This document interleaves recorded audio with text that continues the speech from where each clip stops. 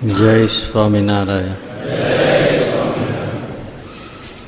ભજ ગોવિંદમ ભજ ગોવિંદમ ગોવિંદમ ભજ મૂઢમતે પ્રાપ્તે સન્નિહિતે મરણે નહીં નહીં રક્ષતે ડુક્કોય કરણે ભજ ગોવિંદમ ભજ ગોવિંદમ ગોવિંદમ ભજ મૂઢમતે કાતે કાંતા ધનગત ચિંતા વાતુલ કિમ તવ નાસ્તિ નિયંતા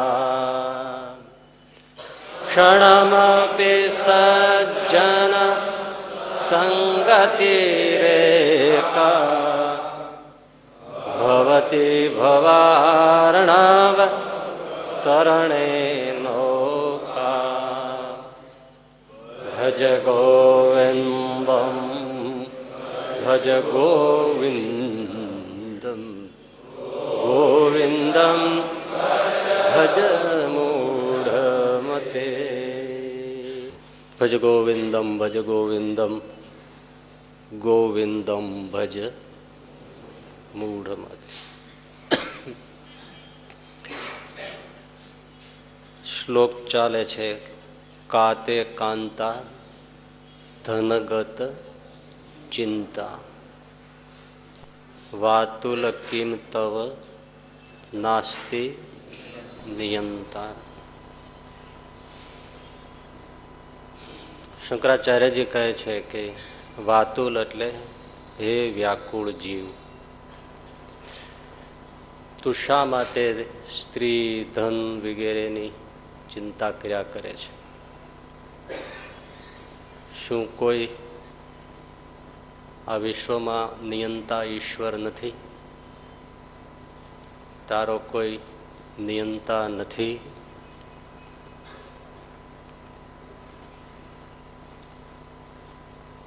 ચિંતા વિશે આગલા પ્રવચનમાં આપણે સાંભળ્યું.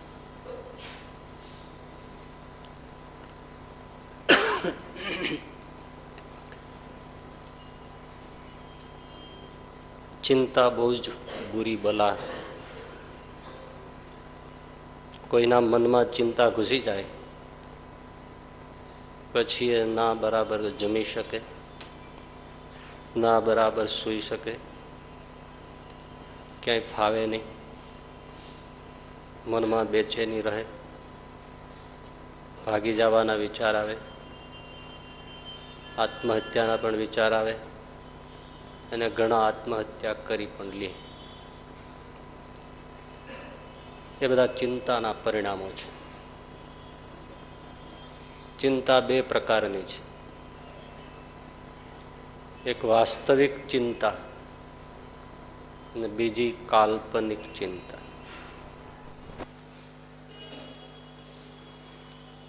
વાસ્તવિક ચિંતા એટલે એનું કારણ, ચિંતાનું કારણ વાસ્તવિક હોય, ખરેખર હોય. જેમ કે કોઈનો એકનો એક દીકરો બીમાર છે, ડોક્ટરોએ ઓપરેશન કરવાનું સજેસ્ટ કર્યું છે, પણ 1.5 લાખનો ખર્ચ છે, ગરીબ પરિવાર છે, પૈસાની સગવડ નથી. હવે ચિંતા થાય એ સ્વાભાવિક છે અને વાસ્તવિક છે, કારણ કે પૈસો નથી. 1.5 લાખ કાઢવો ક્યાંથી? મોડું કરે તો દીકરાનું શું? એને લીધે જે ચિંતા થાય એને શું કહેવાય? વાસ્તવિક ચિંતા છે. ચિંતા વાસ્તવિક હોવા છતાં પરિણામ તો આગળ ગણાવાય જ આવે. દુખી દુખી થઈ જાય. બીજી છે કાલ્પનિક ચિંતા.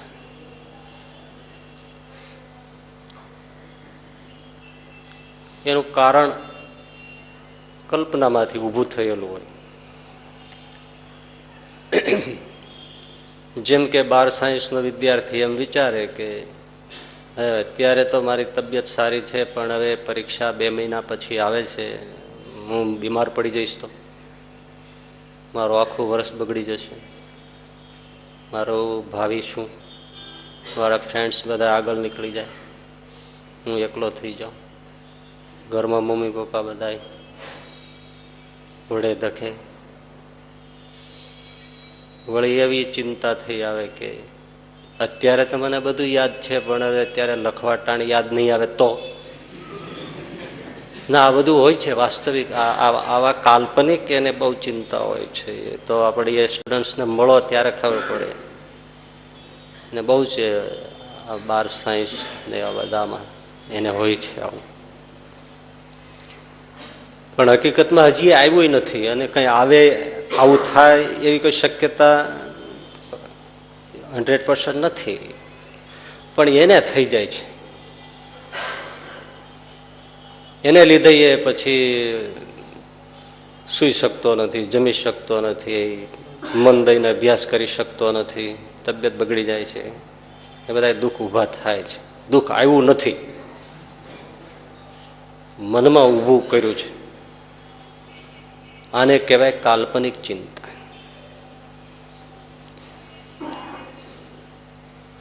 આ 2 પ્રકારની ચિંતા એના કારણ 7 પ્રકારના છે. એ આપણે આગલા પ્રવચનમાં સાંભળ્યા.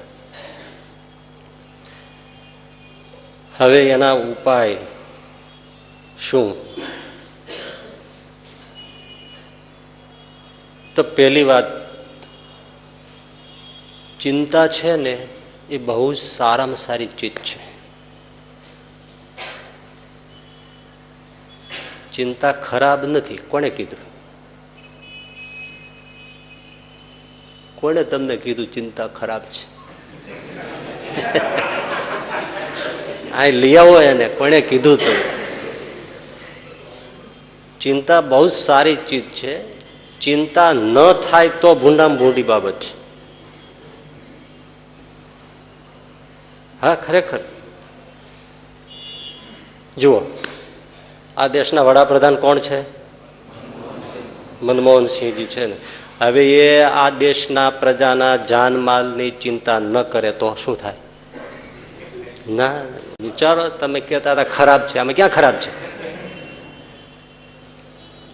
ત્રાસવાદની ચિંતા ના કરે, ભ્રષ્ટાચાર ને બધા સ્કેન્ડલ્સ થાય છે એની ચિંતા ન કરે,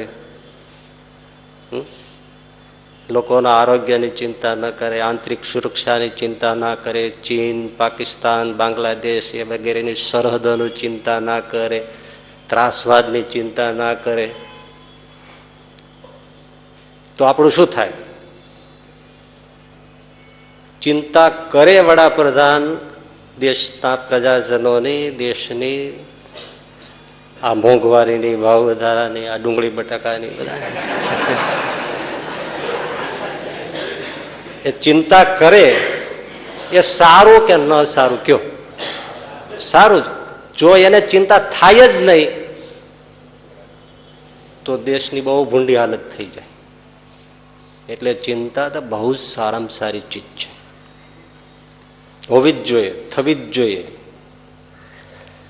અમદાવાદના પોલીસ વડા હોય એ અમદાવાદની પ્રજાની કોઈ ચિંતા જ ના કરે. આ બધી ઘરફોડ ચોરી, બૈરાઓના ગળામાંથી સોનાની ચેઇન ચીલ ઝડપથી લઈ જાય છે, ગેંગસ્ટર બધા બાઇક્સનું બધું જે સ્ટન્ટ કરે છે, દારૂ, જુગાર, વ્યભિચાર, અડ્ડાઓ, આ તે બધું એની ચિંતા ન કરે, ખૂનની, હત્યાઓની, અપહરણની, તો શું થાય? કયો.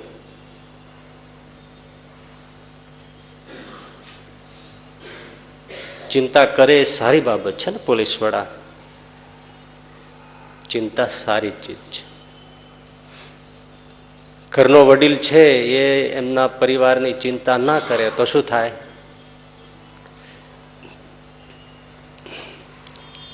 અમારા છોકરાઓનું ભવિષ્ય શું, એના ધંધા રોજગારનું બે છોકરા છે તે બેયને રહેવાના એક પ્રાઇવેટ મકાન હોય, આ બધી ચિંતાઓ ભણાવવા ગણાવવા આગળ સેટ કરવાની, એ ન કરે તો શું થાય? ઊભા વાહડા જેવાળા રખડે કે નહીં? ચિંતા કરવી જ પડે ને, અને કરવી જ જોઈએ કે નહીં? સારી ચીજ છે. વિદ્યાર્થી એના અભ્યાસની ચિંતા કરે જ નહીં ને, એમાં એમ કે તો પરીક્ષા આવશે ત્યારે જોઈ જશે. ચાલે? ચિંતા કરવી જોઈએ ને. તો ચિંતા ખરાબ છે? તો પછી ભલા માણસ સારામાં સારી ચીજ છે. આ એનો ઉપાય છે.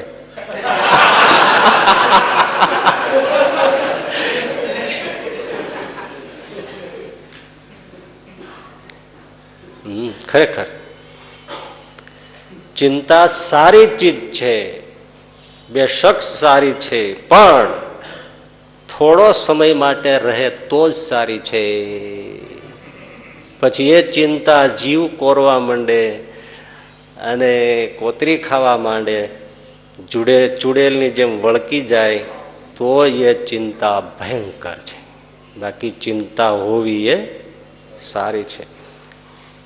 ચિંતા આવે થાય, થોડો સમય માટે રહે, પછી તરત જ એ ચિંતા ચિંતનમાં પરિણમી જવી જોઈએ, બદલાઈ જવી જોઈએ. બસ તો એ સારી.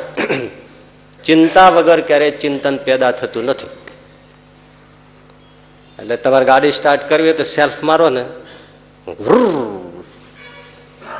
ગાડી ઉપડી ગઈ ને, તો એ સેલ્ફ માર્યો એ સારો કહેવાય.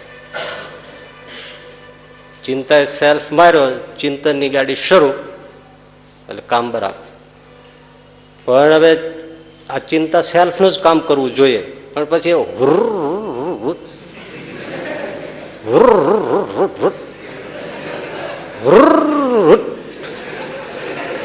હવે એમ થઈ જ રાખે 24 કલાક.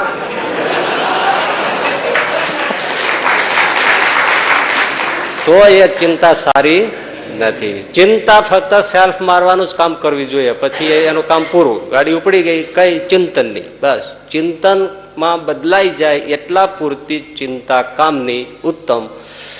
પછી એને જતું રહેવું જોઈએ, બદલાઈ જવું જોઈએ, તો ચિંતા સારી. એટલે ચિંતા થાય, પહેલું કારણ શું હતું કે જે જેટલું વધારે વિચારી શકે તેટલી તેને ચિંતા થાય. એનો આ જવાબ છે કે એ ભલે વિચારે, ભલે ચિંતા થાય, જે વિચારી શકતો હોય એ જ નાની નાની બાબતો અને પ્રજાના જાનમાલની બધી વિચારી શકે. આપણને ખબર ન પડે ને ત્રાસવાદીઓ કેવી રીતે આવી શકતા હોય, એ તો એ બધાને જ ખબર હોય. એ બધું વિચારી શકે એટલે એને ચિંતા થાય. મનમોહનસિંહજીને ત્રાસવાદની આની તેની બધી ચિંતા થાય, પણ ચિંતા કર્યા જ કરે. એનાથી એ દુઃખી થઈ જાય, પ્રજા દુઃખી થઈ જાય. પણ પછી ચિંતાએ સેલ્ફ માર્યો એટલે તરત મનમોહનસિંહજીએ ચિંતન કરવું જોઈએ. ચિંતા ઉદ્વેગ આપે અને ચિંતન આયોજન આપે. ચિંતન પછી એમાં લાગી જાય, આયોજન કરવામાં કહે. આંતરિક સુરક્ષા વધારો, સરહદ ઉપર લશ્કરને સજ્જ કરો, અદ્યતન અસ્ત્ર શસ્ત્ર લાવો, અણુ પરીક્ષણ કરો, એવા શસ્ત્રો વસાવો, એવું એટલી પોલીસને સજ્જ કરો, એવા ખાતાઓની બદલી કરી નાખો, એવા અધિકારીઓને મૂકો, અમુક ડ્યુટી ફ્રી કરી નાખો, અમુકની ડ્યુટી વધારી દો, અમુક નિકાસ ઘટાડો, અમુક આયાત ઘટાડો. આ બધું ચિંતનમાંથી નીકળે. અને એવું જયારે આયોજનબદ્ધ કામ કરવા માંડે, ચિંતામાં જે એનર્જી જતી હતી એ હવે આયોજનને સફળ કરવામાં વળગી પડે, ઊંધું ઘાલીને. એને કહેવાય ચિંતન. ચિંતા અને ચિંતનનો આ ભેદ છે. ચિંતા ખાલી હોય તો એ ખરાબ, ઉદ્વેગ જ આપે. પણ એ ચિંતા ખો આપી અને ચિંતન શરૂ થઈ જાય તો એ આયોજન આપે. અને દરેક આયોજનો એમાંથી જ નીકળે. એટલે વિચારવાને ચિંતા થાય, પણ થોડી વાર થઈને પછી ચિંતનમાં ડૂબી જાય. નહીતર વાંજણી ચિંતા મહા દુઃખદાયી છે. ગાંધીજીને આ ભારત દેશની ગુલામ પ્રજાની ચિંતા થઈ, પછી એને ચિંતન શરૂ કરી દીધું. બાકી ચિંતા કરનારા તો એ વખતે ઘણા હતા, એમદમ બિચારા દુબળા પડીને મરી ગયા. હે, પણ ચિંતન ન કરી શક્યા. ત્યારે ગાંધીજીએ ચિંતન કર્યું અને આયોજન શરૂ કરી દીધા અને આખા દેશને જગાડ્યો. પ્રવાસો કર્યા, પત્રિકાઓ છાપી, લોકોને વૈચારિક રીતે સમૃદ્ધ કર્યા, બહેનોને હિંમત આપી, અસહકારી આંદોલન કર્યા, સવિનય કાનૂન ભંગ કર્યા, સરકારી ચીજ વાપરવાની પરદેશી વિદેશી વાલની તિલાંજલિ અપાવી, ચરખાઓ કાંતતા શરૂ કર્યા, ગ્રામોદ્યોગ શરૂ કર્યા, હાથે બનાવીને વાપરવા માંડો. આ બધું જે એક પછી એક જે તમે કલ્પી ન શકો એવા જે ડોસાએ આયોજનો મૂક્યા, એમાંથી આ અને એક અહિંસાનું શસ્ત્ર લઈ આવ્યા. સત્ય, અહિંસા, આશ્રમની પદ્ધતિ, શ્રમની પદ્ધતિ, સાદગી, આ બધા આયોજન છે. ત્યારે એને ચિંતામાંથી એ ચિંતન શરૂ થયું. ઘણું બધું વિચારી શકતા હતા અને એ આયોજનનું પરિણામ એ આવ્યું કે આપણો દેશ આઝાદ થયો. ગુરુદેવ શાસ્ત્રીજી મહારાજને સત્સંગની અને સંપ્રદાયની ચિંતા થઈ કે આ સત્સંગનું શું, આ સંપ્રદાયનું ભાવિ શું, આજની ભણતી યુવાન પેઢીનું શું. એના માટે હવે આજે આધુનિક રીતે કંઈક વિચારવું જોઈએ, કરવું જોઈએ. તો એ ચિંતા થઈ, એમાંથી એને ચિંતન કર્યું કે શું કરવું જોઈએ, અને એમાંથી આ ગુરુકુલ સંસ્કૃતિની આખી પુનરુદ્ધાર થયો અને પરંપરા શરૂ કરી. અને પછી એમાં જ મંડી પડ્યા, નવા નવા આયોજનો મૂકતા રહ્યા. જ્ઞાન સત્ર કરો, બ્રહ્મ સત્ર કરો, યાત્રાઓ કરો, જપ યજ્ઞ કરો, લોકોને ભજન કરાવો, મંત્ર લેખન કરાવો, તીર્થ કરાવો, મંદિરોના જીર્ણોદ્ધાર કરો, બાળકોને 1 રૂપિયામાં ફ્રીની જેમ રાખો, ભણાવો, ગરીબોને કામ આપો, સદાવ્રત આવો, રાહત કામ આપો, ગમે તે પ્રજાના કામ હોય તે કરો. આવા અનેકવિધ આયોજનો મૂકીને સત્સંગને અને સંપ્રદાયને ઉજળો કરી બતાવ્યો. આને કહેવાય ચિંતન. એમાં ભલું જ થાય. 90% લેવા છે 12 સાયન્સ વાળાને, પેલો આપણો જૂનો છે. અને એ ચિંતા કરે એમાં કશું વળે નહીં. પણ એ વિચારી લે કે મારે 90% લેવા છે, તો પછી એ અભ્યાસ, વાંચન એ બધાને એનું આયોજન કરી નાખે, ટાઈમ ટેબલ કરી નાખે. તબિયતની ચિંતા હોય તો એ પ્રમાણે ભોજનમાં એમાં બધા વ્યવસ્થિત રીતે સંયમ રાખી દે. ખાવા પીવામાં, હરવા ફરવામાં બધું જ આમ વ્યવસ્થિત ગોઠવી દે. અને પૂરી મહેનત ઊંધું ઘાલીને પડી જાય તો 90 શું 92 આવી જાય, અને નહીં તો 90 ના 60 થઈ જાય. ખાલી ચિંતામાં તેવું જ થાય. તો એમણે જે આયોજન કર્યું વિદ્યાર્થીએ, એને શું કહેવાય? ચિંતન કર્યું. એમાંથી આયોજન થયું. એ આ ચિંતાનો ઉપાય છે. ખાલી ચિંતા નહીં, જે બાબતની ચિંતા થાય એનું પછી ચિંતન કરવું, કારણ શોધવું અને એનો ઉપાય શોધવો, આયોજન વિચારવું અને આયોજનમાં લાગી પડવું, આ એનો ઉપાય છે. બરાબર છે ને? આ બધા ક્રિકેટરની અંદર તમે જો રમતા હોય ત્યારે 90 રન થઈ જાય, લ્યો ફટાફટ 6 ને 4 આમ ગજાવી દે બધું, પછી પાછા 90 નર્વસમાં ઉડી જાય. ગણાય તો 99 સુધી વ્યા જાય ને એક માટે રહી જાય. એનું કારણ શું છે? ચિંતા કરી જાય છે. એ તો કોઈ બોલતા નથી, પણ તમે આમ અભ્યાસ કરો તો એને 90 અને 95 જેમ જેમ આમ પહોંચી ગયા પછી એને એમ થવા આઉટ થઈ જઈશ તો આઉટ થઈ જઈશ તો થઈ જાય. બીજું શું થઈ જાય? થઈ જાય તો થઈ જાય, પછી બીજું શું થાય? હે, પણ એને ચિંતા કરી જાય છે, ચિંતાને પકડી રાખે છે. ઓહો, ફાસ્ટ બોલર આવ્યો, સ્પિનર આવ્યો, શેન વોર્ન આવ્યો. મારી જો આ મને ક્રિકેટમાં બહુ કઈ ખબર નથી પડતી હો, હકીકત અહીંયા હાથ મૂકીને કહું છું. હું કઈ જોતોય નથી, મને કઈ ગમતું નથી, પણ આ બધું છાપા મસાલા વાંચીએ ને તમને કઈ મજા આવે. એમ તો જે સેલિબ્રિટીઝ હોય બધા વિશે જાણી રાખવું જ જોઈએ, કારણ કે તમને કહેવા માટે.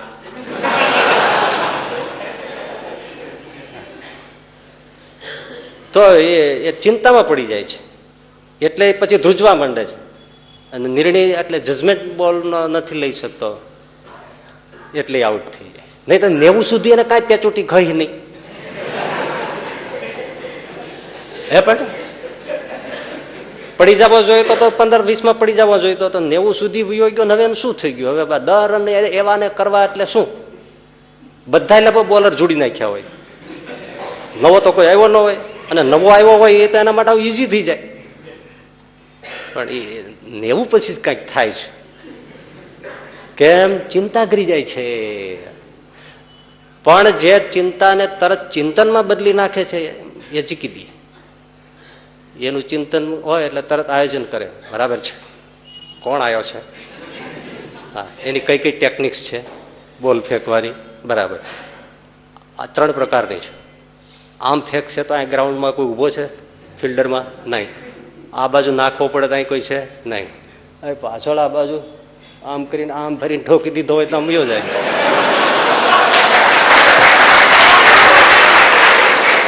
આખો રાઉન્ડ નથી મારી દેતા, આમ કરીને આમ જવા ઓલા અહીંયા ઉભો જ રાખ્યો ન હોય કોઈ, પણ એને જોયું હોય કે આ 3-4 પ્રકારમાં જ બોલ ફેંકે છે, તો એ વિચારીને થોડી સેકન્ડોમાં એ બોલરનું મોઢું જોઈ લે અને 2-3 સેકન્ડની અંદર આખા પીચ ઉપર નજર ફેરવી લે, બસ ઉભો રહી જાય અને પછી જીતી જ દેવું છે. એટલે આ 49મી સદીમાં પેપરમાં હતું ને, સચિન વારે વારે કેટલી વાર 19 રસમાં આઉટ થયો, પછી એનો દીકરો છે કઈ રાહુલ કે શું છે ખબર નહીં, અર્જુન, એને કીધું કે પપ્પા તમે 6 કેમ મારી નથી દેતા? એટલે 49માં પછી એને દીકરાનું ધ્યાનમાં રાખ્યું, બીજું વિચાર્યું જ નહીં, વિચાર આવ્યો જ નહીં. છોકરો બેઠો છે પેવેલિયનમાં, ખબર નહીં, 6 જ મારી દીધી, ધમાકેદાર થઈ ગયું. એટલે તમને એમ છે, પણ સચિન બહુ ચિંતા વાળો છો. હા, આ તો જાડું શરીર છે, જલ્દી ઓગળતું નથી.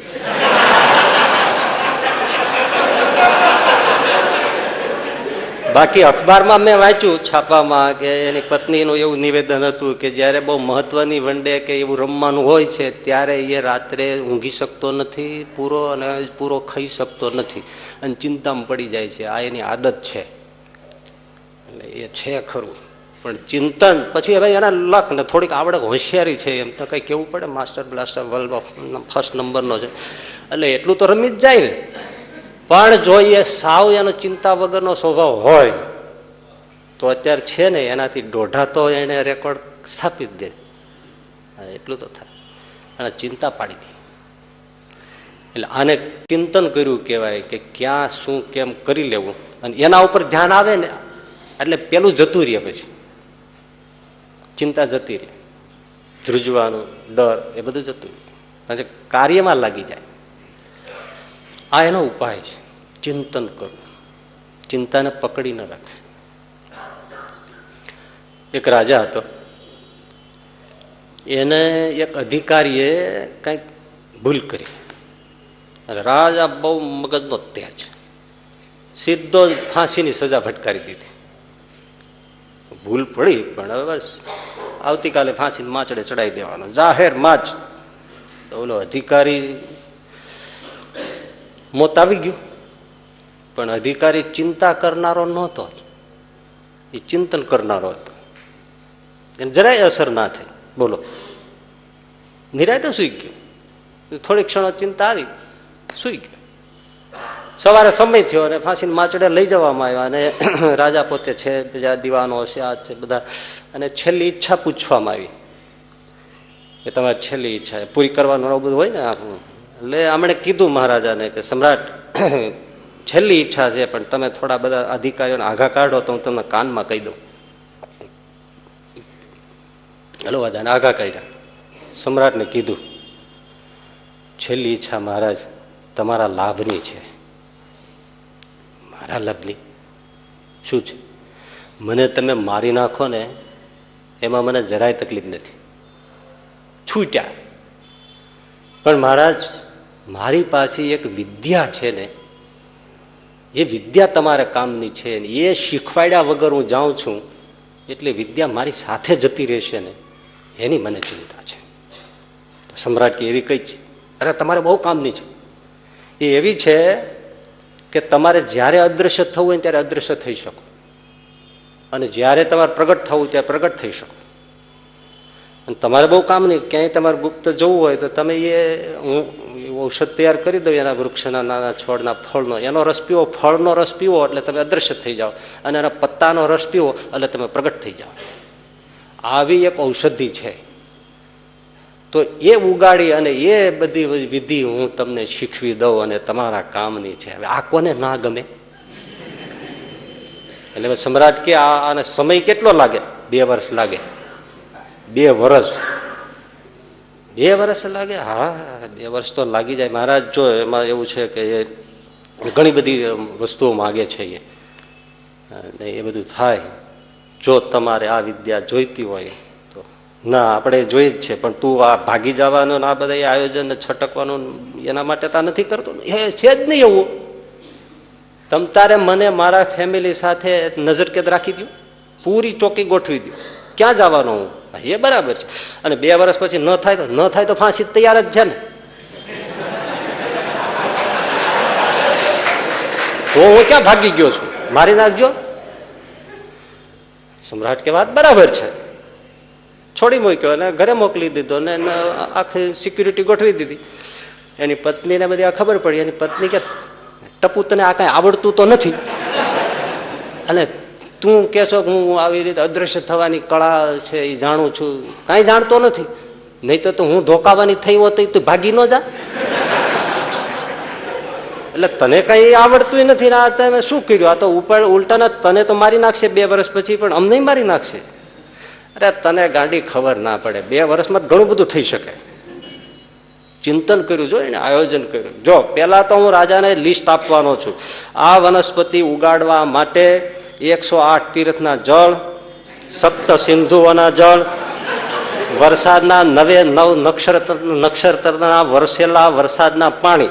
9 નક્ષત્ર વરસવા જોઈએ. અને આ રાજા બધું કરશે એમાં મને 2 વર્ષના બદલે બીજા 2 તો નીકળી જ જશે. એટલે આમનામ આપણે 4-5 વર્ષ કાઢી નાખશું, કાંઈ ન થાય તો 5 વર્ષ જીવવા મળ્યું ખોટું છે. પછી હું કહીશ આવી માટી જોઈએ, 5 પ્રકારની જોઈએ, લાલ જોઈએ, પીળી જોઈએ, ગોરોચન જેવી જોઈએ, આ જે ગાયનું આવું છાણ જોઈએ, આવી ગાયનું જ છાણ જોઈએ, એવું બધું ગોતવી દઈશ. એ બધું ભેળા કરતા રહે છે, આરામથી જીવશું. એટલામાં તો કેટલું બધું થઈ શકે. સંભવ છે કે રાજાને હું ભોળવી દઉં તો માફી આપી દી. શું ન થાય 2-5 વર્ષમાં? અને સંભવ છે કે રાજા જ મરી જાય.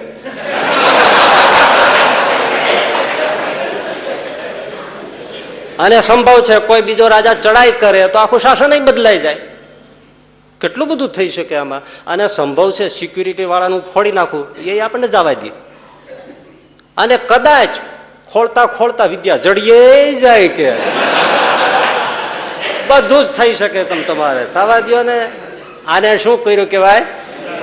જરાય ગભરાયો બોલો નહીં. મોત જેવી વાત છે, પણ મારે ગોઠવી દીધું, રાજાને આટે પાટે ચડાવી દીધું. એટલે ચિંતન પાછા 2 પ્રકારના છે, શુભ અને અશુભ. સારા હેતુથી સારું આયોજન કરવું એને શુભ ચિંતન કહેવાય. અને અશુભ ચિંતન શું છે કે પોતાના ધંધામાં કોઈ નડતો હોય કે કોઈ જગ્યાએ કોઈ નડતું હોય તો એની હત્યા કરી નાખવા સુધીની બધું જે ચિંતનના આયોજન આ ત્રાસવાદીઓ કરે છે એ અશુભ ચિંતન છે, એ વિનાશક છે. અને એ અશુભ ચિંતન તો પછી આખરે પાછું એ પોતાની ચિંતા વધારે, એટલે એ ફાયદો ના આપે. એટલે હંમેશા શુભ ચિંતન કરવું, સારા માર્ગે વિચારીને નીકળવાનો પ્રયાસ કરવા.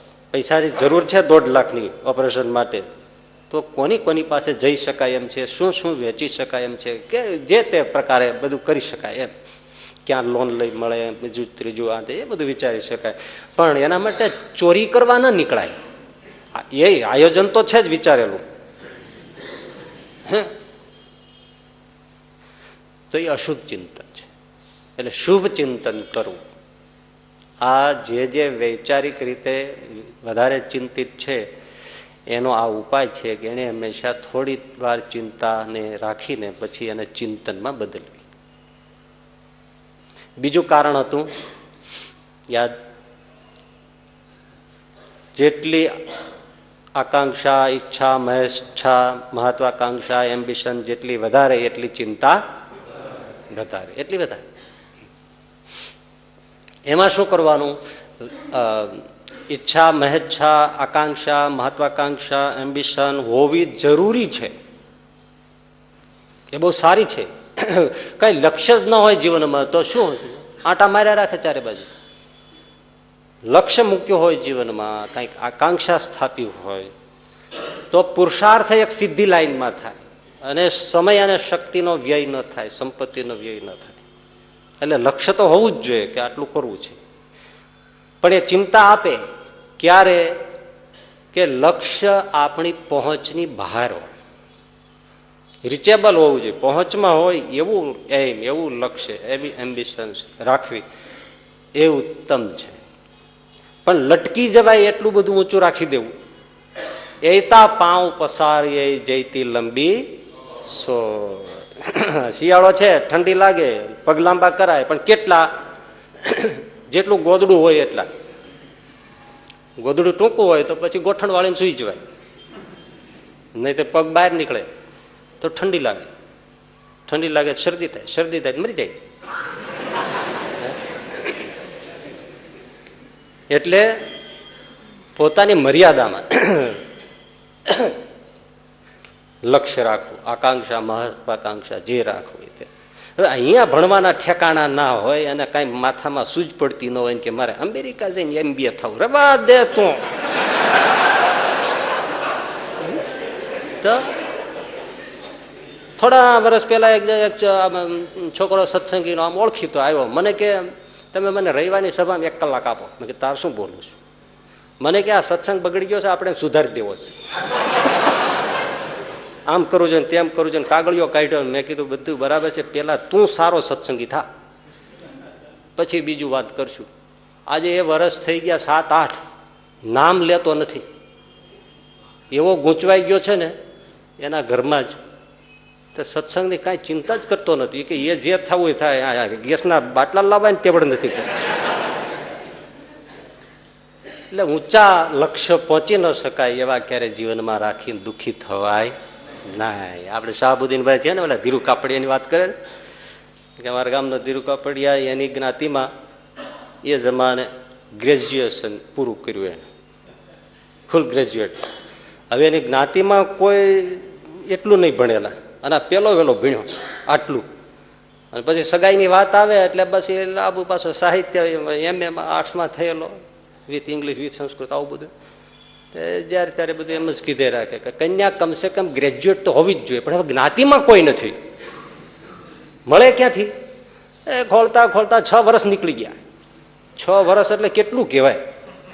પછી એને ધોરણ ઘટાડ્યું.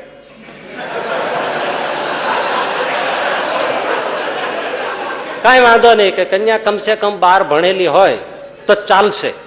હવે એ 12 ભણેલું ગોતે, પણ આને જોઈને ના પાડે.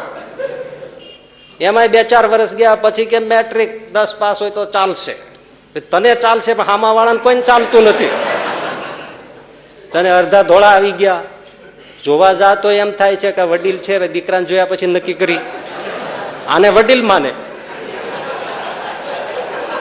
ડાય વાત કરે અડધો કલાક પછી ઓલા કે વડીલ વાત સાચી, પણ છોકરો જોયા પછી કેવાય. હવે આ શું કરવું લ્યો? એક જણો આવી રીતે છોકરી જોવા ગયો, એટલે પછી છોકરી ચા પાણી કરાવવાના આમ આવી, એટલે કોણ જાણ શું થયું તે અંદર જઈને એની બા હતા તેની બાએ પૂછ્યું કેમ તને ગમ્યું? તો કે ના, આમ તો ભણા સારું છે અને બધું સારું છે તો મને ગમે. ખબરદાર, આની સાથે જો સગાઈ કરી છે, લગ્ન કર્યા છે તો એની માં ખીજાણી. પણ તમે માં તને વાંધો શું? હું પસંદ કરું. શું પસંદ કરવાની વાત કરે? એ મને જોવા આવ્યો હતો.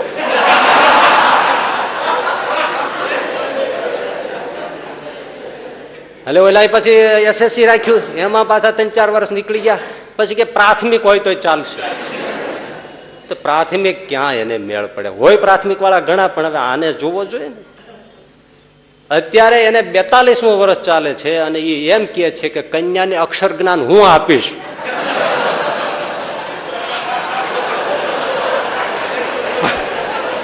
પણ મને કોઈ પરણાવો, લગ્નના ઢોલ સાંભળી શકતો નથી. બોલો, શેરીમાં કોઈના લગ્ન હોય તો કે હા અહીંયા ઢોલ વગાડો જાવ બાજુ શેરી, એટલે બાજુમાં ક્યાંથી વગાડે? ઘડીક થાય તો રોવા માંડે, રોતા રોતા એના બાપાને કે તમે મારી વાત લીલ પરણાશો પણ મને નહીં પરણાવો. કે આટલા ઊંચા લક્ષ્યો મૂક્યા પછી રખડવા સિવાય કશું આવે હાથમાં? કાંઈ ના આવે. અડધો રોટલો હાથમાં આવ્યો હોય, પૂરાની આશાએ અડધો ફેંકી દેવાય નહીં. એટલે લક્ષ્ય એવું રાખવું કે જે પહોંચી શકાય એવું હોવું જોઈએ. છતાંય પહોંચી શકાય એવા લક્ષ્ય રાખ્યા હોય તોય એટલું સમજી જ રાખવાનું કે બધાના લક્ષ્ય પૂરા થતા નથી. આ સમજી રાખવું પડે. ન થાય ગમે એટલું કરો તો શું? આ મનમોહનસિંહે લક્ષ્ય રાખ્યું જ નહોતું મારે પીએમ થવું છે. આ બધા લક્ષ્યની બધી પર્સનાલિટી ડેવલપમેન્ટમાં વાત તો પેલી મુદ્દાની આવે ને એમ હોવું જોઈએ. મનમોહન રાખ્યું જ નહોતું છતાંય બેઠા જ લ્યો. અને અડવાણીએ રાખી રાખીને મરી ગયા તો થયા જ નહીં.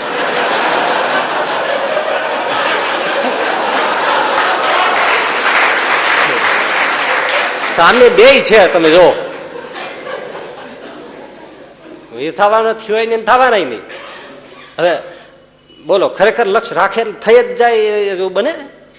ના થાય એવું એમ. એટલે આ બધા તમને કરાવીને તોડાવી નાખે એના કરતા લક્ષ્ય રખાય.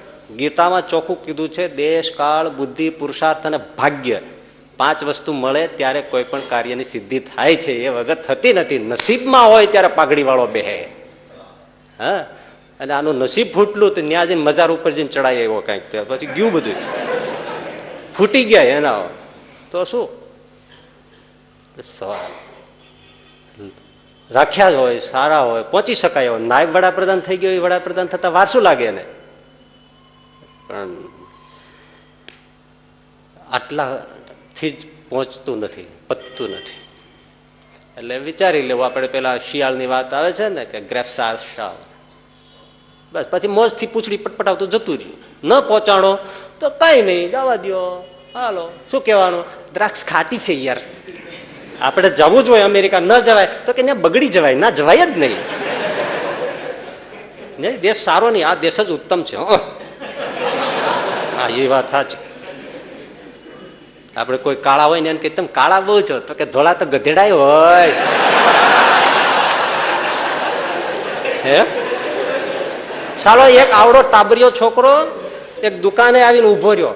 હવે દુકાનદાર હતો ને કાળો કીટોડા જેવો, તે એની સામે ટગર ટગર જોવે આમ. એટલે ઓલો દુકાનદાર કે શું બેટા તું જોવે? હે અંકલ, ગોરા થવાની ક્રીમ આવે છે તમારે ત્યાં મળે છે? તો કે મળે છે ને, તો લગાડતા હો તો.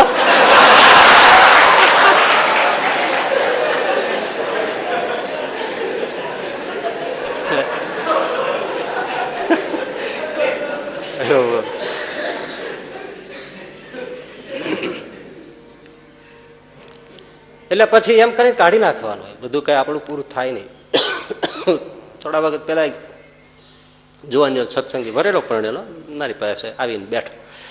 મને કે પ્રથમના 21માં કીધું છે કે અક્ષરરૂપીય મુક્તની પંક્તિમાં ભળવું એવું આપણે લક્ષ્ય રાખવું, નિશ્ચયને ઠરાવ રાખવો. મેં કીધા બરાબર છે. મને કે સાથે સાથે આમ વાંચતા જાય જેમ જેમ એમ જેમ અને સારંગપુરનું 11મું છે એમાં મહારાજ એમ કે છે કે શ્રદ્ધા, વૈરાગ્ય, બ્રહ્મચર્ય, અહિંસા, ધર્મ અને આત્મનિષ્ઠા 5માં જરાય કચાશ ન હોય એ આત્યંતિક મોક્ષ એવું જે ભગવાનનું અક્ષરધામ તેને પામે છે, એ સિવાય પામતા નથી. મને કે આ તો થાય જ નહીં ને આપણાથી. આ વૈરાગ ક્યાં ગોતવા જાવ? બ્રહ્મચર્યનું શું કરવું? અહિંસા, ધર્મ અને આત્મનિષ્ઠા તો ક્યાંય સમજાતી નથી.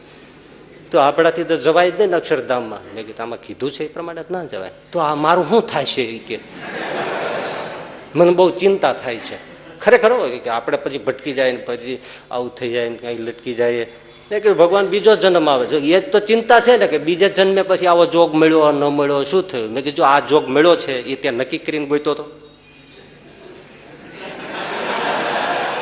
તો કે ના બસ ત્યારે એ આપશે તને ત્યારે ગમે ત્યારે. તું શું કરે આવી રીતે ખોટી ચિંતા કરે? પેલા એકડે એકથી નાનેથી શરૂઆત કરવાની વાત છે.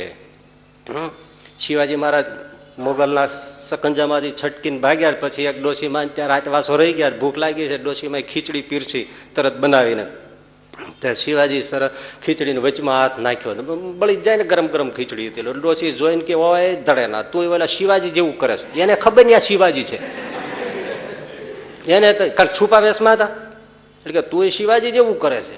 આ શિવાજી બેઠા હતા એ કે માં એ શું એવું કરે છે? તો કે આ જ ભૂલ, સીધે સીધો વચમાં જ મોટા કોળિયામાં હાથ નાખ્યો. મૂર્ખા, ખીચડી હોય એને કોરે કોરે ઠરતી જાય એમ ધીમે ધીમે લઈને જમતું જવાય, કોરે કોરે લેતી જવાય. એમ આજુબાજુના ગઢ છે એ જીતીને પછી મોગલ સામે શિંગડા ભરાવાય. અને શિવાજી કે વાહ સરસ વાત.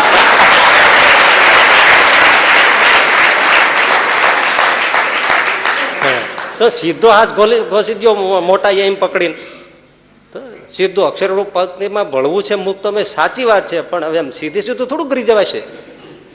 એક એક વર્તમાનને દ્રઢ કરતા જાઓ, એક એક નિયમને દ્રઢ કરતા જાઓ, ભજનને દ્રઢ કરતા જાઓ, 5 માનસી પૂજાને દ્રઢ કરતા જાઓ, ખાવા પીવામાં ધ્યાન કરતા જાઓ. ધીમે ધીમે જતા જતા પછી કઈ અધૂરો રહે તો આ કઈ અધૂરો થોડો છે. દાન જ સારી હોવી જોઈએ તો બધું થાય. એટલે ધીમે ધીમે આપણી પાસે ટોર્ચ બત્તી હોય તો 10 ફૂટમાં પ્રકાશ પડતો હોય, અને આપણે જવું હોય 50 કિલોમીટર કે 20 કિલોમીટર તો એટલે પહોંચે શેડો એવી થોડી બત્તી લેવા જવાય. અરે ઠેઠ 50 કિલોમીટર જાવ એવો બત્તો આપો મને, એવો બત્તો. એવો બત્તો તો આવે જ નહીં ને, અને એવો બત્તો આવતો હોય તો 50 જણા તો ઉપાડવા વાળા જોઈએ. તો પછી તમારે રેલવેની એન્જિન લઈને જવું પડે. પણ એ 2 ફૂટની 1 સેલની નાની બત્તી હોય, 5 ડગલા પ્રકાશ પડતો, પણ તમે જેમ હાલો એમ પ્રકાશ આગળ હાલે, અને હાલતા હાલતા તમે ડેસ્ટિનેશન પહોંચી. એમ ધીમે ધીમે થાય. વચનામૃતમાં જ મહારાજે કીધું છે વાસના ટાળવી. ઘણા ગ્રહસ્થો આ પ્રશ્ન કરતા હોય છે સામે, એમાં નિર્વાસનિકતા બધું બહુ કઠણ છે આ બધું સંસારમાં રહીને. પણ ધીમે ધીમે બધું થાય. જેને ઈરાદો સાચો હોય ને અને ધીમે ધીમે નિવૃત્ત થઈ જાય. પણ જેનો ઈરાદો સારો જ ન હોય અને એમ માને કે અમે તો ગ્રહસ્થ કહેવાય, અમારે બધું જ પેલાવું છે, તો એ ક્યારેય 80 વર્ષે ન નિવૃત્ત થાય. એટલે ઈરાદો સાફ હોય તો કમસે કમ 51 પહોંચે ત્યાં વનમાં પ્રવેશ થઈ જાય. એ હોવું છે. એટલે જે લક્ષ્ય બાંધ્યું હોય એમાં પણ ધીમે ધીમે ધીરજપૂર્વક આગળ વધે તો લક્ષ્ય પાર થાય અને ચિંતાનું કોઈ કારણ રહે નહીં. બીજું, ત્રીજું, જેટલી જવાબદારી વધારે એટલી ચિંતા વધારે. જવાબદારી હોવી જ જોઈએ દરેક માણસને. ન હોય ને તો કાંઈ ને કાંઈ રિસ્પોન્સિબિલિટી લેવી જ જોઈએ. કારણ કે જવાબદારી જ માણસને ઘડે છે, જવાબદારી જ માણસનો વિકાસ કરે છે, જવાબદારી જ જીવનને સાર્થક બનાવે છે. માટે કાંઈ ને કાંઈ પણ માથે જવાબદારી લેવી જ જોઈએ. જવાબદારી જ ઘડે. પરંતુ જવાબદારી સાથે ચિંતા આવે છે એ સ્વાભાવિક છે. એમાં એટલું જ છે શું કે તમે એટલા બધા જવાબદારી વધારી દો કે તમે કશે પહોંચી ન વળો તો પછી ચિંતા મૂંઝવવાની છે. કેટલાય ધંધાઓ વિસ્તારતા જ્યાં જાય ત્યાં એક નવો શરૂ કરીને આવે. અને એ ઉપરાંત તો પાછું કેટલી વળી સંસ્થાઓમાં ટ્રસ્ટી પદ 2-3માં હોય, 2-3 ની અંદર પાછું સલાહકાર બોર્ડમાં હોય, 2-3 જગ્યાએ વળી મેમ્બર હોય, ત્રીજી જગ્યાએ વળી કાંઈનું કાંઈ એવું કેટલી જગ્યાએ અમને પથરાઈને બધા મરતબા એમાં ગૂંચવાઈ જાય તો પછી એને ચિંતાઓ પારાવાર થવાની જ છે. હા, પહોંચી શકતા હો તો એના માટે સહજ છે, પણ નથી પહોંચી શકતા. આ તમે રબર બેન્ડ હોય પેલી રિંગ રબરની, એમાં એક પેન્સિલ નાખો, બીજી નાખો, ત્રીજી નાખો, ચોથી નાખો, પાંચમી નાખો, પછી આમ ટાઈટ થઈ જાય ને, તંગ થઈ જાય. પછી કે બહુ ટેન્શન છે તો પેન્સિલ કાઢી નાખો ને થોડીક, ઓછું થઈ જાય. શું જોઈએ છે? શાંતિ જોઈએ છે કે રખડપટ્ટી જોઈએ છે? એ બેમાંથી નક્કી કરીને થાય. તમે વિચાર કર્યો તો વધારે જ ન જવાય. ઘણા તો નિવૃત્ત થાય પછી ક્યાંય ને ક્યાંય સંસ્થાઓ ટ્રસ્ટીઓ થવાનું બહુ રાખે. તો નિવૃત્ત શું થયા? હા, સારી સંસ્થા હોય તો ત્યાં થાય કરીએ, બધી બરાબર છે, પણ એકાદમાં પછી ભજન કરીએ, ધ્યાન કરીએ, સેવા કરીએ, આવું બધું કરીએ. ઓલી ચિંતામાં જ વયા જાય દુઃખી થઈ જવાય. સાચી વાત છે ને? માટે જવાબદારી એટલી કે જ્યાં પહોંચી શકાય એટલી જવાબદારીઓ લેવાય. અને જવાબદારી હોય, પહોંચી શકાય એવી હોય તોય ચિંતાઓ ક્યારે વધી જાય? આવડત પૂરી ન હોય તો ચિંતા વધી જ જવાની. આવડક હોય અને આળસ કરે, કામનો ભરાવો કર્યા જાય, ફાઇલોનો ભરાવો કર્યા જાય, પણ રોજે રોજનું ડે ટુ ડે નું કામ ફિનિશ કરી નાખે. વાણીઓ જેમ મહારાજે વચરામૃત કીધું, રોજનું નામ લખી નાખે. એમાં રોજે રોજનું કામ પતાવીને પછી સુવે, એને ચિંતા થાય. એટલે ક્યારે કાર્યમાં કામ કરવામાં કોઈ દિવસ આળસ કરવી નહીં. જેટલું જે દિવસનું જેટલું પતું એટલું પતાવીને પૂરું કરવું. પછી જાજુ ભેળું થઈ જાય તો પછી ક્યાંય પહોંચાય નહીં ને પછી ચિંતાઓ થાય. પછી જો ના ઘણા નથી, લગભગ કારીગરો આવું જ હોય. પછી કેટલાયને આ ખોટા જવાબ દીધે જ રાખે, થાકે કાળો કકડાટ થઈ જાય, ઘરે રેવાય જ નહીં, રસ્તા ઉપર આમથી આમ રી ભેળું કર્યું તેને માટે જવાબદારી હોય, પણ જવાબદારીને આવડતપૂર્વક આળસ ખંખેરીને પહોંચી શકાય એટલી એવી જવાબદારીઓનો નિભાવ કરે. છતાં પણ સાંભળી લ્યો, જવાબદારી આખરે જવાબદારી છે. ચિંતા કરે કરે ને કરાવે કરાવે ને કરાવે, એને તો જવાબદારી કહેવાય. જવાબદારી શું? જવાબ દેવો પડે, એને જ કોઈ પણ જવાબ દેવો પડે. એ ચિંતા કરાવે. ત્યારે પણ એક બહુ જ મહત્વની વાત, કોઈ પણ નાનું કાર્ય કરશું ચિંતા ન આવે એવું બને? કોઈ પણ એક નાનું કાર્ય લ્યો તમે, થાય ચિંતા તો આવે જ. એક જણો છે ને બહુ મોટો ઓફિસર હતો. પછી ઓફિસે ઘરે આવે, એટલી મજાની વાત છે. ભણેલા ગણેલા સમજે ને એને તો બહુ સમજવા જેવી છે, કારણ કે ભણેલા ગણેલા વધારે ચિંતા હોય. એટલે એ બહુ મોટો ઓફિસર, માણસ કેપેબલ, પણ બધા ખાતા હોય એવા, ચિંતાઓ એટલી, જળોની જેમ બધા પ્રશ્નો આવતા હોય. પણ ભાઈ એ શું કરે ખબર નહીં. ઘરે આવે ત્યારે એના ઘરના આંગણામાં બૂટ ઉતારે ને ત્યાં જ એક ઝાડ, તે એ વૃક્ષ પાસે જાય અને વૃક્ષ ઉપર આમ કાંઈક કરે અને ઘરમાં વયો જાય. પછી સવારે પાછો 11 વાગે ઓફિસે જવાનું હોય ત્યારે નીકળે, વૃક્ષ ઉપર કાંઈક આમ કરે અને ઓફિસે વયો જાય. આ એનો રોજનો નિયમ. બસ એની પત્ની પૂછે તોય કહે નહીં, બીજો કોઈ પૂછે તોય કાંઈ નહીં કે. અને એવર ફ્રેશ હો, જવાબદારીઓ કેટલી એટલી, કોઈ દિવસ ચિંતા ને કઈ નહીં. બસ એવું મજાનું બધું કામ કરે. પછી એનો એક ફ્રેન્ડ મિત્ર જોઈ ગયો કે આ શું છે, તો કે એ બધું રહસ્ય છે. તો કે મંત્રતંત્ર છે, તો કે એક રીતે તો મંત્રતંત્ર જ છે. તો ભાઈ આ શીખવાડ ને અમને, તો અમને કામ લાગે ને આ બધી ચિંતાઓ વાગી જાય. તો કે આ શીખી જવા જેવો તો છે જ, આ મને કોઈએ શીખ્યો નથી, મેં આ મંત્ર મારી મેળે શોધ્યો છે એવો. તો કે હા. તો શું છે એ? ઓફિસે હોવ એટલે ચિંતાઓ તો ઘણી હોય, કેટલી જવાબદારી, કેટલી માથાકૂટ. પછી ત્યાંથી હું ઘરે આવું એટલે આ ઝાડ પાસે હું જાઉં, ચિંતાની જે જોડી છે ને એ ઝાડ આરે ટીંગાડીને ઘરમાં વયો જાઉં, અંદર એક પણ ના લઈ જાઉં. બસ ઓફિસમાં, ઘરમાં હું વિચારું જ નહીં. કેટલી સારી વાત, એ ઝાડવે ટીંગાડી દઉં ચિંતાની જોડી, આમ કરું છું ને આમ ઉતારીને મૂકી દઉં. અને સવારે જયારે તૈયાર થાવ ત્યારે પાછો જોડો લઈને મગજને ચાલુ કરું. ત્યાં સુધી ઘરમાં એક પણ વિચાર ન કરું કે ઓફિસમાં શું છે, ઓફિસ ને ત્યાં ઘરનું કામ. જોવો એની ટેકનિક, કેટલો માણસ સમજુ. એ વગર ના થાય. આપણે તો શું છે, 24 કલાક ચાલુ રહે છે. વિચારો, ઉઠ્યા નથી, ગોદડું આઘું કર્યું નથી, ત્યાં તો ઓલું ડોકું કાઢ્યું જ હોય. આમ તરત શરૂ થઈ જાય. લો, ઉઘરાણી યાદ આવે, પેલાનું યાદ આવે, આનું યાદ આવે, જમીનના પ્લોટ યાદ આવે, ફેક્ટરીનું યાદ આવે, વેચાણનું આવે, પેલું આવે, લગ્નનું આવે, ફલાણાનું આવે, જોવા જવાનું આવે, બધું કેટલું આવે. અને એ વિચારમાં ટ્રુથ પર કેટલું ઘસી નાખે ખબર ના પડે. એટલે અળગું નથી કરતા આવડતું. એટલે જવાબદારી હોય, પણ જવાબદારીને અળગી કરવાની પણ એક બહુ મોટી કળા છે. મૂકી દેવું. આપણે લોધિકાના અભયસિંહ દરબારની વાત કરી, ભાઈ દાંતણ કરતા હોય ત્યારે બધી જ રાજકાજની વાત પૂછે, પણ જેવી દાંતણની બે ચીરી ઉલું ઉતારવા આમ કરે અને ચીરી નાખે, અને પછી નાઈ ધોઈને મેળી ઉપર બેસી જાય. કોઈ જ વિચાર રાજનો કરવાનો નહીં. રાજ રહેવું જ રહે, જવું જ જાય, જે થવું જ થાય. આ કઈ ઓછી એને જ ખોળી છે ને. આ કોઈ તમે કઈ ગીતામાં ભાગવતમાં મળે દાંતણ ચીરાઈ જાય ચીરી નાખું, એની રીતે નક્કી કર્યું. પણ ચિંતાને અળગી કરવાની એને ટેકનિક ખોળી કાઢી.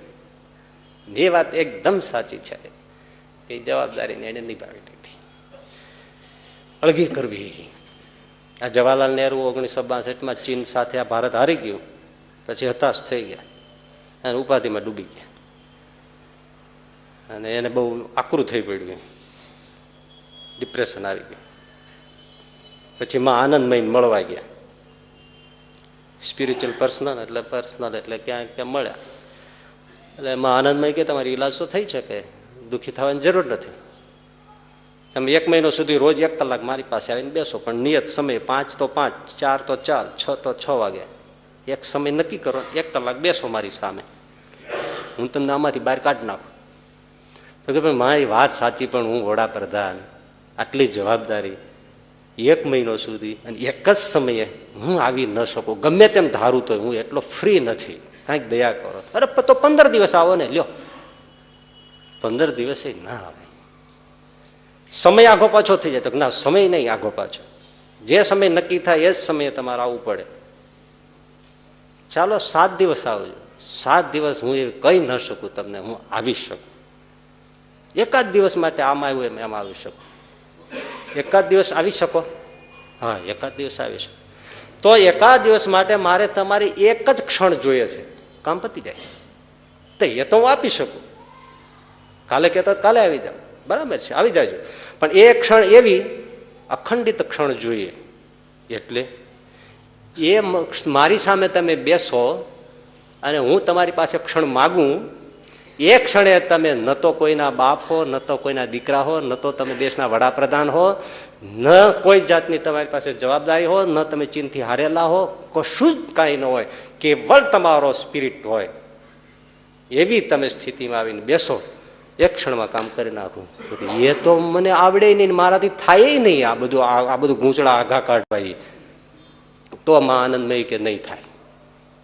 આ મેં 1 મહિનો માગ્યો તો એ આ ક્ષણ પેદા કરવા માટે માગ્યો હતો. જો તમે આમ આવો તો આ પોટલું કેમ આઘું નાખવું એ હું તમને શીખવાડી દેત અને તમારું બધું જ દુઃખ ભાગી જાત.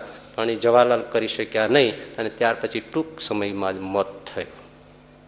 એટલે આ ચિંતાઓ જવાબદારીને લીધે આવતી હોય એને અળગા કરવાની આ કળા છે. ધ્યાન ભજન કરવું ને બધું મૂકીને કરવું. આ માનસી પૂજા આ બધું જો ને શું છે. ભગવાને સહજાનંદ સ્વામીએ શિક્ષાપત્રીમાં કહ્યું કે સાયંકાળે બધાએ મંદિરે આવવું. જોવો સવારનું કેવું જોઈતું હતું ને, હે કોઈ પણ વિચારે ડાયો માણસ શું કે ભાઈ સવારે મંદિરે આવવું પછી તમારે દર્શને જવું, એટલે ધંધે જવું, એમ જ કે ને. શ્રીજી મહારાજે કીધું સાયંકાળે મંદિરે આવવું, સાયંકાળે આવવું. બોલો આ ચિંતાના વળગણો આ બધું કાઢવાની બહુ મોટી ટેકનિક એમાં આપી. અને સાથે પાછું ખાસ કીધું મંદિરે સાયંકાળે આવવું અને ઊંચે સ્વરે કરીને વાજિંત્ર સાથે રાધિકાના પતિ એવા શ્રી કૃષ્ણનું કીર્તન કરવું. આ સંગીત છે ને એ આ બધું ભગાડી દે. વાજિંત્ર સાથે આ બધું કઈ ચૂક્યો નથી મારો બાપ. આવીને બેસો અને એમ ભૈયા જાવ એવું નથી કીધું. સંકીર્તન કરો, ઉચ્ચ સ્વરે કરો અને વાજિંત્ર સાથે કરો. આ સંગીત નાદ બ્રહ્મ એ બધી જ તમારે જાળા છે ને એ બધા કાઢી નાખે. અદભુત છે સંગીત. તો આ સંગીતના શોખીન હોય, સંગીત વગાડનારા હોય, એ બેસી જાય પછી રાત ક્યાં જાય છે એ ખબર ના પડે.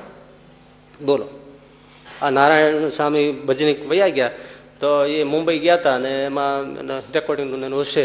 એક પરિવાર એમનો બહુ ચાહ ત્યાં ઉતર્યા છે, બંધેલી વાત. હવે ત્યાં પહોંચ્યા ને એમાં એને તાવ આવી ગયો. તાવ એટલે ગજબનો 102, 103 એવો. પણ આ સંગીતનો જીવડો. એટલે એ જેને ત્યાં ઉતરતા એ પરિવારમાં દીકરા દીકરી સંગીત જાણે, નાના નાના હોય તો. એટલે પછી કીધું એનો એક દીકરો છે એને કે તું બેસે ને મારું હાર્મોનિયમ વગાડ, હું સૂતો સૂતો સાંભળું. એટલે પેલા એ પછી હાર્મોનિયમ વગાડીને આમ શરૂ કર્યું. પછી થોડું ઘણું એકાદું ગીત ગાય ને આ ગાય ફેર તો પડે ને. એ બોલો ધાબળું ઓઢ્યું છે આગું નાખીને કે લાવ બેટા મારી પાસે. અને એને ઉપાડ્યું તો ઉપાડ્યું 103 તાવમાં સવારો સવાર ગાયું. ક્યાં તાવ ને શું માંદગી ને શું, હા મારે અલ્લાહ જાણે. બોલો આ રવિશંકર મહારાજ અત્યારે 89 વર્ષે પહોંચ્યા છે, પણ બેસાડી દો ત્યારે સિતાર પકડાવવી પડે, આમ કરાવવું પડે, ટેકો દેવો પડે, ક્યુ ભરાવવું પડે, આમ ના થાય છે દડીને પડી જાય. પણ એ જ્યાં આંગળી અડાડે ને શરૂ કરે ત્યારે 18 વર્ષનો છોકરો હોય એવી ચપળતાથી વગાડવા માંડે. એટલે સંગીતમાં તાકાત છે, એટલે તો સામવેદ સંગીતમાં છે.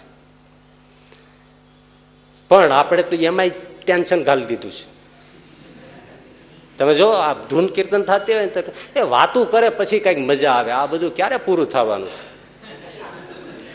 નથી. લગભગ આ કીધું છે મંદિર આવવાનું, પણ બધા કોઈ કીર્તનમાં કોઈ નથી આવતા. અને આવ્યા હોય ને તો એના વિચારમાં જ હોય. ઓલું ઝાડું આઘું મૂકે, ધૂનમાં તાળી પાડે ને બેઠે રાખે, આમ જોઈએ રાખે, બસ આ બધા ધૂન બરાબર કરે છે ને જોઈએ રાખે. આમાં કઈ થાય નહીં. આ રમત ગમત છે એ આ બધા ટેન્શન ને ચિંતા આ બધું છે એ આઘા કાઢવા માટે શોધ છે ને બધી રમત ગમતો. પણ અત્યારે મોટામાં મોટું વધારે ભયંકર ટેન્શન આવી ગયું હોય તો એ રમત ગમતમાં જ આવી ગયું. જો રમતો હોય એ ટીમ તો આખી ટેન્શનમાં હોય જ, પણ એને માનનારો આખો દેશ ટેન્શનમાં હોય, ટીવી સામે આમ થજડ થઈ ગયો હોય.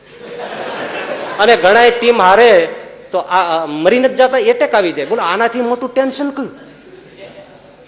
હાર્ટ એટેક આવી જાય. થોડા વખત પેલા સુરતમાં આડો પડી ગયો હતો, એકવાર મુંબઈમાં આડો પડી ગયો હતો. આડો એટલે ગયો એમ કેવું કેવું કેવાય લે યાર. હે બહુ વખત પેલા કઈ ખબર નહીં, શારજાહ ને ક્યાંક રમતા હતા ને એમાં કઈક મને થોડું થોડું યાદ છે કે મિયા દાદા કઈક છેલ્લે 6 મારી હતી એવું કઈક હતું. તો એ વખતે કઈ દરવાજામાં દોડતો દોડતો એક જણો આવ્યો હતો. હરિભગત હતા, શોખ તો હોય પણ આવીને આમ જોઈએ દોડતો દોડતો આવે. શું છે? બસ ઠાકોરજીને દર્શન કરવા પ્રાર્થના કરવી છે. આમ શું છે? પણ એ એટલો બધો ટેન્શનમાં એ આવી ગયો. હવે એ એના ક્યાં ભાણિયા માસી ભાણિયા છોકરા બધા રમતા. રમત ગમત ટેન્શન કાઢવા માટે છે, એની જગ્યાએ આ ટેન્શન એના ઉપર જ ભરપૂર. એટલે આપણે કોઈ વસ્તુને શુદ્ધ રહેવા દેતા નથી, પછી ક્યાંથી ચિંતા જાય. માટે થોડું પોટલું આઘું મૂકવાની એક ટેકનિક છે. તો જવાબદારીમાં રહેવા છતાં એ એટલે નાની મોટી હોબી આ બધી છે ને, કંઈક એને શોખ હોય તો એ જરૂરી એવું કહે છે. વિદેશીઓમાં થોડું ઘણું એવું ખરું. 6 વાગે તમારે જાઓ ને દુકાન કે ઓફિસ કે બંધ થાય એટલે 6 શટર પડી જ જાય. પછી તમે લાખ રૂપિયાનો માલ લેવા જાઓ ને તો કે કાલે આવજો. ખરું કે નહીં? એ પછી આપે નહીં તમને. અને આપણે તો ધંધો હાલતો હોય તો 11 વાગ્યા સુધી બેસે, છોડે જ નહીં. આપણે કહીને શુક્રવાર સ્વામીજી હમણાં જ ધંધો ખુલ્યો છે, રાત્રે જ હોય છે, બોલો છૂટે જ નહીં તમારે. એટલે આ જવાબદારીઓ એમાંથી આવેલી ચિંતાઓ પરેશાનીનું કારણ છે. પણ આઘું કાઢતા આવડે તો કશું થાય નહીં. પછીનું કારણ છે આસક્તિ હોય ત્યાં ચિંતા થાય. છોકરા છોકરી, દીકરા દીકરી, ઘરના પરિવાર તો એની બધા એની ચિંતા થાય. આસક્તિ છે એ જ છે, એટલે એ બહુ સ્વાભાવિક છે. છોકરા દૂર હોય તો ચિંતા થાય. છોકરો અત્યારે આવા બધા વાતાવરણમાં ભણવા જાય બહાર તો એમ થાય કે એને કોઈ બગાડી નાખશે, ક્યાંય કોઈ બગાડી જશે, કોઈ લઈ જશે, એની સાથે કોઈ ખરાબ કંઈ વર્તન કરશે કે અકસ્માત થશે. કેટલી જાતની ચિંતા થાય. એના વરાવા પરણાવાની ચિંતા થાય. સમય મળી જશે કે નહીં મળે, સારું મળશે કે નહીં મળે, હાલશે કે નહીં હાલે. બહુ કારણ કે હેત છે એટલે સ્વાભાવિક છે. આ બહુ સ્વાભાવિક છે. દીકરા દીકરી પરિવારની આ ચિંતા થાય તો જેને હોય ને હોય એને જ ખબર પડે. છોકરો બહાર નીકળે, નાનો હોય ને સ્કૂલે જતો હોય તો ચિંતા થાય કે સાજો નરવો આવશે કે નહીં. અને એમાં થોડું ઘણું મોડું થાય તો હેત હોય ને તેનો સ્વભાવ છે, હેતનું લક્ષણ આવું છે, મોહનું હેતનું. એ સારું ન વિચારી શકે. છોકરો અડધો કલાક મોડો આવે તો માવતર કોઈ દી એમ ન વિચારે કોઈ ટોકીજમાં ગયો છે, ક્યાંય આડો નહીં પડી ગયો હોય ને, ક્યાંય અકસ્માત નહીં થયો હોય ને, ક્યાંય ખોવાઈ નહીં ગયો હોય ને. આવી જ ચિંતાઓ થાય. પણ આમાં સમજવાનું છે ભાઈ, ગમે એટલું તમે આસક્તિ છે, ચિંતા કરો, એમાં કોઈનું હાલે કાંઈ. બહુ બહુ વિચાર સાથે ચાલો, ચાલે. તમારે છોકરાઓને બહાર જવા દેવા પડે કે ન દેવા પડે? એને વાહન લઈને ચલાવવા દેવા પડે કે ન દેવા પડે? સ્કૂલે કોલેજે મોકલવો પડે કે ન મોકલવો પડે? પરદેશ જવા દેવા પડે કે ન દેવા પડે? આઘાત તો થવા જ દેવા પડે. તો અહીંયા જે થવાનું છે એમાં આપણે કશું કરી શકીએ? એટલે આમાં કીધું કે એનો અર્થ શું ચિંતા કરવાનો? એટલે પછી વાતુલ શબ્દ આગળ શું આપણે વાતુલનો અર્થ કર્યો હતો? વ્યાકુળ જીવડા, વ્યાકુળ ચિત્તવાળો. ત્યારે વાતુલનો બીજો અર્થ છે અરે વાયડા. શંકરાચાર્ય કે વાયડા, તને એમ છે કે હું આ બધું કરું તો આ બધા હરખા રે હરખી રે હરખા જીવે, આ બધાનું તો ગોઠવાય. એ વાયડા થામા, વાયડો થામા, તારું આમાં કશું ચાલતું જ નથી, માટે ચિંતા મૂકી દે. શું કોઈ ઈશ્વર નથી?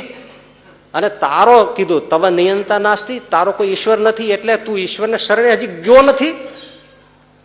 ઈશ્વરનું ધાર્યું થાય છે, ભગવાનનું ધાર્યું થાય છે. તું માથા પછાડીશ ને તોય તું કાંઈ નહીં કરી શકે. કરતા હરતા કોણ છે? હા, તો એને શરણે જા, તું ભજન કર, એનું ભજન કર, એનું સ્મરણ કર, એને સોંપી દે તો એ કરશે.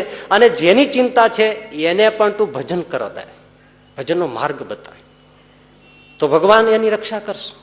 જે આપણા અમેરિકન જમીન બેઠો છે, એને હમણાં 2 ભયંકર એક્સિડન્ટ થઈ ગયા અમેરિકામાં.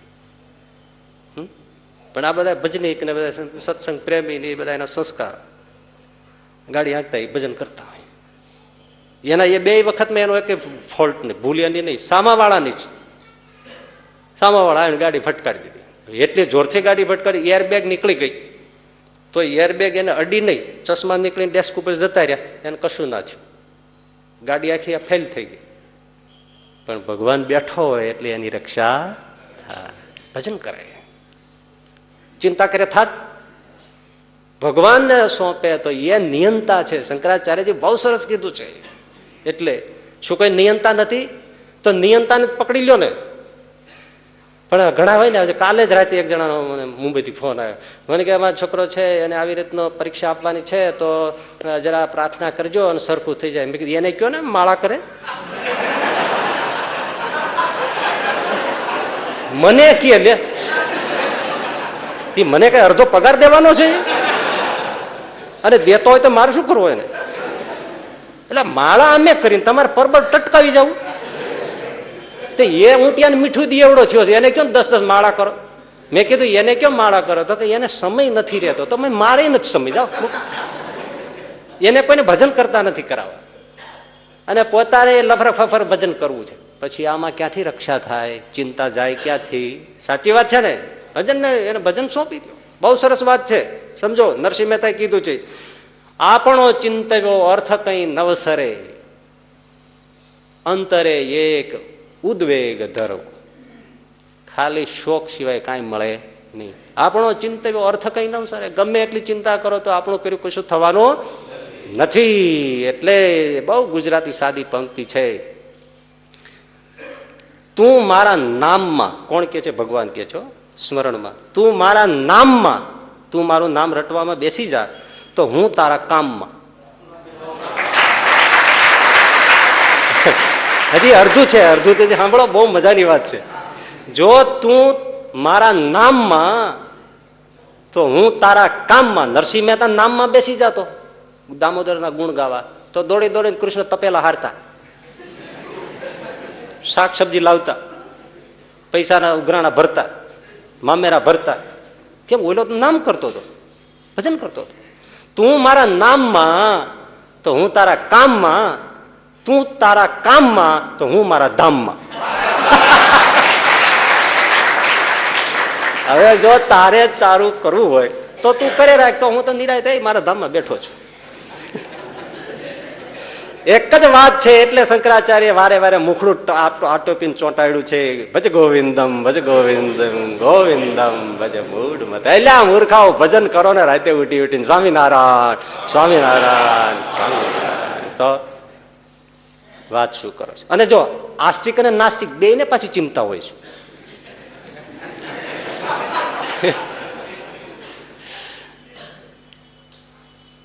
અને સાચી રીતે આસ્તિક કે નાસ્તિક હકીકતમાં બેયને હોવી ન જોઈએ. જો નાસ્તિક શું કે છે? મારું બધું મારા હાથમાં છે. કોઈના હાથમાં છે એવું માનતો જ નથી, એને નાસ્તિક કહેવાય ને. બધું મારા હાથમાં છે, હું કરું એમ થાય, મારા પુરુષાર્થી બધું થાય. કોઈ ઉપરથી કૃપા કરી દે છે, આશીર્વાદ દે છે, સાધુ આશીર્વાદ દે, આમ બધું એમ બધું થઈ જાય. એમાં અમે કશું માનતા નથી. એવી કોઈ સુપર એવી કોઈ એવી તાકાત હોય એવું અમે માનતા નથી. બસ પુરુષાર્થી બધું થાય છે, અમારા હાથમાં છે. હવે આપણા હાથમાં હોય તો ચિંતા કરવાનો અર્થ શું?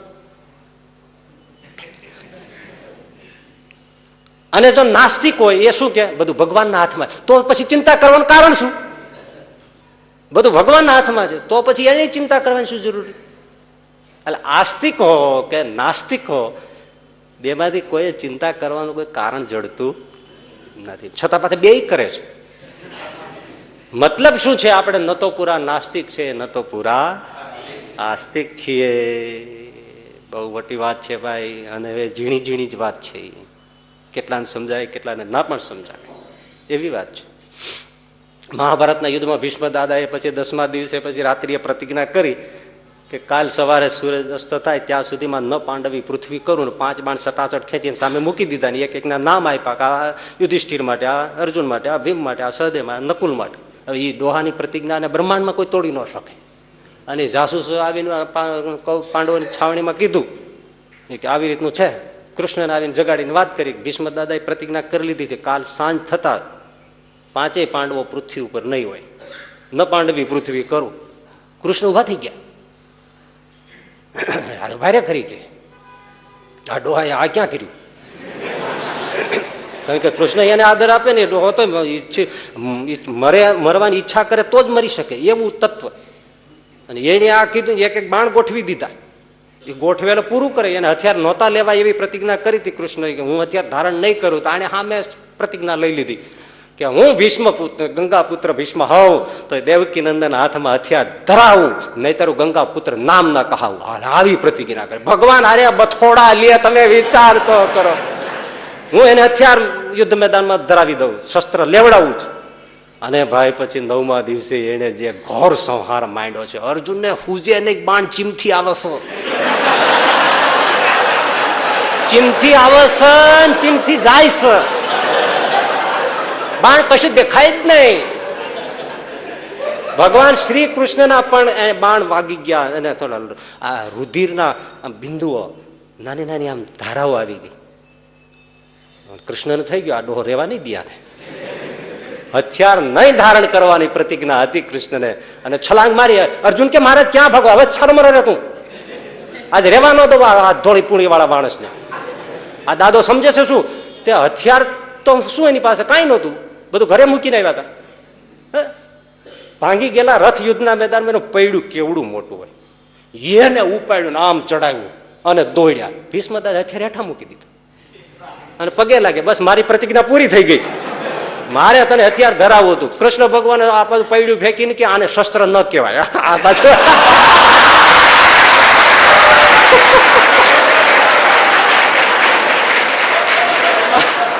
આને કોણ પહોંચે? મેં પ્રતિજ્ઞા ને તોડી કે ગાડા પૈડું છે કે આ ક્યાં ગદા ભાલો તરિયા તીર કઈ નથી. ભીષ્મ દાદા કે ચાલાકી રેવા દો દેવકી નંદન, તમે આ ફેંકો તો કોઈને મારે કે નહીં, એ તો એક અક્ષણે એને મારી નાખે, આખી કૌરવ સેના ખતમ કરી નાખે જો છૂટું મૂકે. તો પછી મારે એને હથિયાર કહેવાય, દાપણ રેવા દો. હા, ત્યારે ભગવાને કીધું કે દાદા મારી પ્રતિજ્ઞા તૂટે એનો મને જરા અફસોસ ન હોય, મારા ભક્તની પ્રતિજ્ઞા તૂટવી ન જોઈએ, એટલે મેં મારી પ્રતિજ્ઞા કરો. હવે એ ભીષ્મ આ પ્રતિજ્ઞા કરી કે ન પાંડવી પૃથ્વી કરી નાખો, નહીતર ગંગા પુત્ર ભીષ્મ ન કહાવ. અને ભાઈ રાત્રિમાં સજ્જ થઈ ગયા. હવે એ કેવા માણસો છે, સંભાળીએ તો આપણને કંઈક કંઈક થવા માંડે. હે એ હામી છાતી બધા ત્યારે લડતા ને અત્યારે બધા ઓફિસમાં બેઠા હોય ઓર્ડર જ કરતા હોય, દેવા દો, થવા દો, શું પણ.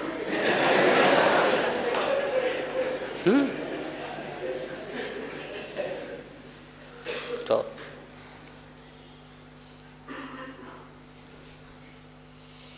ભીષ્મ દાદા છે ભાઈ, એટલે જે થવાનું હોય એની સામે એ ભીષ્મ દાદાએ પ્રતિજ્ઞા લીધી. કૃષ્ણ દોડ્યા, અર્જુનની છાવણીમાં ગયા. અર્જુન સૂતો છે, લ્યો કૃષ્ણએ એને જગાડ્યો. પાર્થ, હા દાદાએ પ્રતિજ્ઞા કરી તને ખબર નથી? ખબર છે. તો સૂતો છો કેમ? તમે જાગો છો એટલે, તમે જાગો છો એટલે હું સૂતો છું, બસ પૂરું થઈ ગયું, બીજું શું કરવાનું. કેટલી મોટી વાત છે. તું મારા નામમાં, હું તારા કામમાં. નિયંતાને સોંપો ભાઈ. વાતો હલાવી નાખી એવી છે ભાઈ. તાળા ઉઘડે તો ઉઘડી જાય, એક જ ચાવીએ ઉઘડે. આ પેલું નથી હોતા નંબરિયા તાળા આવતા, નંબર મળી જાય ફાટકીને ઉઘડી જાય. ગોથા મારે રાખવું ઉઘડે જ નહીં. એવું છે નિયંતા ભાઈ. જો એક તમને સાવ નવીન વાત કરું, ક્યાંય તમને જડશે નહીં, વાંચે નહીં મળે ને ક્યાંય ગોતીએ નહીં જડે. મને બેઠો તો ને એમાં અચાનક આમણે પ્રેરી, આ તું આ એને કે મને હુજી એ હું તમને અત્યારે તાજે તાજી કહું છું. આ સુભાષચંદ્ર બોઝ કેટલા ગુણ ગવાય. મારી દ્રષ્ટિએ સાવ નિષ્ફળ ગયેલો માણસ છે સુભાષચંદ્ર બોઝ. ગુણ ગવાય છે ને, ધધકતી તાકાત, એનું ચિંતન જુઓ તમે, આયોજન જુઓ, એનું શૌર્ય જુઓ, હલાવી નાખે એવી તાકાત. પણ વિનાશ સિવાય કઈ હાથમાં આવ્યું? એ મરી ગયા છે જીવતા એ જીડ્યું નહીં. અને ફાયદો શું થયો? આખું વ્યક્તિત્વ ધૂળમાં વહી ગયું ને. ગુણ ગવાય છે બધી, એટલે હું હાવ નવીન તમને વાત કરવા જાઉં છું. એનું કારણ શું? નિયંતામાં વિશ્વાસ નહીં. ભાઈ આપણો ચિંતવ્યો અર્થ કઈ નવસરે, ભેજું તોડી નાખે, બ્રહ્માંડ તોડી નાખે એવી ચિંતન હોય, એવું આયોજન હોય, પણ નિયંતામાં વિશ્વાસ ના હોય, કામ ના હોય. જો એને નિયંતા ઈશ્વરમાં વિશ્વાસ હોત અને ગાંધીજીની સાથે ભળ્યા હોત, કારણ કે ગાંધીજીને નિયંતાનો વિશ્વાસ હતો, એ ગાંધીજીની સાથે જો ભળ્યા હોત અને એમાં સરદાર વલ્લભભાઈની જેમ સમર્પિત થઈને ઈશ્વરમાં નિયંતામાં વિશ્વાસ રાખીને એની પોતાની ટેલેન્ટ, બુદ્ધિ, નિર્ણય શક્તિ, આયોજન શક્તિ, શૌર્ય, ધધકતું લોહી એનું જો એને એમાં પૂરું યોગદાન આપ્યું હોત તો ભાઈ ભારતનો સૌ પ્રથમ પહેલો વડાપ્રધાન સુભાષચંદ્ર બોઝ હોત. એ સિવાય બીજો કોઈ ના હોત. અને એની આગળ જવાહરલાલ અને સરદાર વલ્લભભાઈ પટેલ ઝાંખા લાગે. વિચારજો 2-3 દિવસ સુધી. હા, એવી એવી એવી પ્રતિમા હતી એ ભાઈ. અને એ વડાપ્રધાન થયા હોત તો આ સરદારભાઈ વલ્લભભાઈ પટેલ આપણે બહુ આદરણીય છે, એ કરે એવું કોઈ ન કરી શકે. પણ એને જે હૈદરાબાદના નિઝામને, જુનાગઢના નવાબને, કાશ્મીરનો આ બધું જે ઝુકાવવામાં એમને જે કરવું પડ્યું, એ સુભાષચંદ્ર બોઝ પીએમ હોત ને તો કઈ કરવું જ ના પડે. હા, એનું નામ સાંભળીને જ ઓલા લખીને મોકલી દે. હા હા, લઈ જાઓ તમે, એને ખબર છે આ કાચે કાચો ચાવી જાય એવો માણસ છે. ભયંકર તાકાત. નામથી જ એકલ પંડે ક્યાં ક્યાં, જાપાન ક્યાં ક્યાં, બર્મા ક્યાં ક્યાં, રંગૂન ક્યાં ક્યાં માણસ ફરી આવે ને બૈરાઓમાં સુરાતાન ચડાવી દે, એટલે પુરુષને ચાવી જાય એવી બૈરાઓ કરતી. આગળ ઓછી તાકાત હતી, પણ એક નિયંતામાં વિશ્વાસ થઈ એટલે મોટું આખું વ્યક્તિત્વ ધૂળમાં વહી ગયું. આ નિઝામને બધા સામેથી સાઇન કરીને લખીને મોકલી દે, લઈ જાઓ, અમારે જીવવું છે, એના નામથી ફફડી જાય. અને આ ચીનની ને પાકિસ્તાનની તાકાત નહોતી છમકલું કરે. બેઠો છે કોણ? હે ભાઈ. ત્યારે પણ એક નિયંતામાં વિશ્વાસ નહીં એટલે આવું વ્યક્તિત્વ આખું ક્યાં ગયું? પત્તો લાગ્યો. અને ગાંધીજીમાં હાલતા હોય તો હમણાં ગોથું ખાઈ જાય છે એવું. હે, બકરીનું દૂધ પીવે, ગાયનું દૂધ ભાડ્યું નહીં. વિચાર કરો, મુઠ્ઠી હાડક્યા પણ નિયંતામાં વિશ્વાસ તોડી નાખે એવો. કેવી વાત છે. હલો પઠાણ હા રિવોલ્વર રાખીને ફરે, તેને કે ખબર પડી ગઈ કે આ તમારી સુરક્ષામાં રાતે આજુબાજુ છૂટો હતા, પઠાણ એટલા માટે જ ફરે છે. પછી ખબર પડે રિવોલ્વર રાખે છે મારા માટે.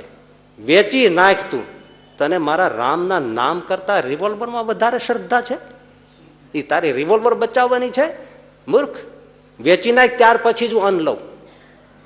વેચાવી હાવ ખાલી કરીને પછી બેસાડ્યા. આપણે તેમ કઈક રાખી છે ને, હારું હારું મારી પડખે જ રહેજે. ઘણા સાધુઓને એવું હોય, એની પડખે સિક્યુરિટી હાલતી હોય, એનો એને ફાંકો હોય. અરે આવું કરવું તો ઘરે રહેવું તું ને. હા, ગાંધીજી કાઢી નાખ અને વાક્ય બોલ્યા એ, મારા રામને જ્યાં સુધી મારી પાસે કામ કરાવવું હશે ત્યાં સુધી જીવતો રાખશે, મારું કામ પૂરું થશે એટલે ટપ દઈને લઈ લેશે. ત્યાં સુધી કોઈની તાકાત નથી. અને એ જ વાત ગુરુદેવ શાસ્ત્રીજી મહારાજને જ્યારે એ ભૂતકાળમાં ધોળા વસ્ત્ર પહેરાવીને કાઢી મૂકવાની વાત આખી વડતાલ સુધી ગઈ અને ત્યારે આનંદ પ્રસાદજી મહારાજની સાથે બધા બેઠેલા એ વાડીમાં, અને બધા એવા મોટા મોટા ધરખમ સાધુઓ બેઠેલા, અને એમાં સ્વામીને ત્યારે સ્વામીની ઉંમર હશે 44, 43, 42 વર્ષ, અને ત્યારે આવ્યા અને આ જ નિર્ણય ધોળા પહેરાવીને કાઢી મૂકો. ત્યારે આનંદ પ્રસાદજી મહારાજને શાસ્ત્રીજી મહારાજે એટલું કીધું કે ફરિયાદ હોય,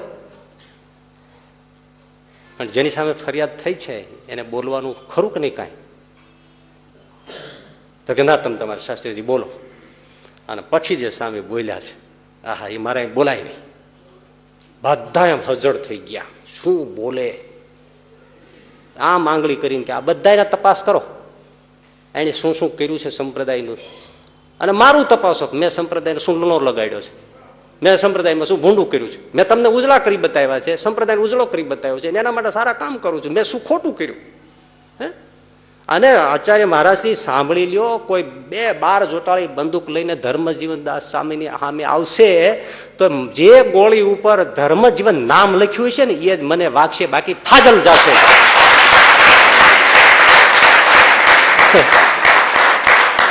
આ જો ગાંધીજીનું સત્ય ત્યાં બાજુ એ મારા નામની ગોળી હશે એ જ મને વાગશે, બાકી મને કોઈ મારી નાખનાર નથી.